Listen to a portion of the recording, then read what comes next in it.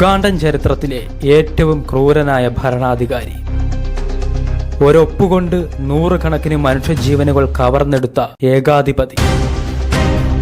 സാധാരണ ഒരു സൈനികനായിരുന്ന അയാൾ ഉഗാണ്ടയെ തന്റെ കൈപ്പിടിയിൽ ഒതുക്കി. അങ്ങനെ അയാൾ ഒരു ജനതയുടെ ഉള്ളിൽ ഭയത്തിന്റെ വിത്ത് വിതച്ചു. 6 അടി 4 ഇഞ്ച് ഉയരം, ഒത്ത വണ്ണം, ആരെയും ഭയക്കാത്ത ഭാവവും കൊണ്ട് ആഫ്രിക്കയുടെ ചരിത്രത്തിൽ തന്നെ ഏറ്റവും വിവാദപരവും ഭയപ്പെടുത്തുന്നതുമായ ഭരണാധികാരിയായി അയാൾ മാറി.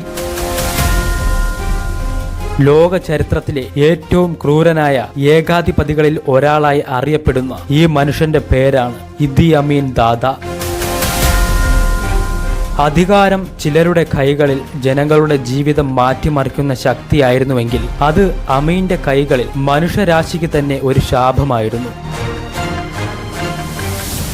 ഒരു സൈനികനിൽ നിന്നും ഉഗാണ്ടയുടെ പ്രസിഡന്റായി അമീൻ മാറിയപ്പോൾ അയാളുടെ കൈകളിൽ പിടഞ്ഞു തീർന്നത് സ്വന്തം ഭാര്യയും മന്ത്രിമാരും ഉൾപ്പെടെ 5 ലക്ഷത്തിലധികം മനുഷ്യജീവനുകളായിരുന്നു. ചിലർ അയാളെ രാജ്യസ്നേഹി എന്ന് വിശ്വസിച്ചു. എന്നാൽ മറ്റു ചിലർക്ക് ആ മുഖം ഭയത്തിന്റെ പ്രതീകമായാണ് കണ്ടത്. ഇത് ആ കഥയാണ്. ഇന്നും ലോകം ഭയത്തോടെയും അത്ഭുതത്തോടെയും ഓർക്കുന്ന ഇദി അമീന്റെ ജീവിത കഥ.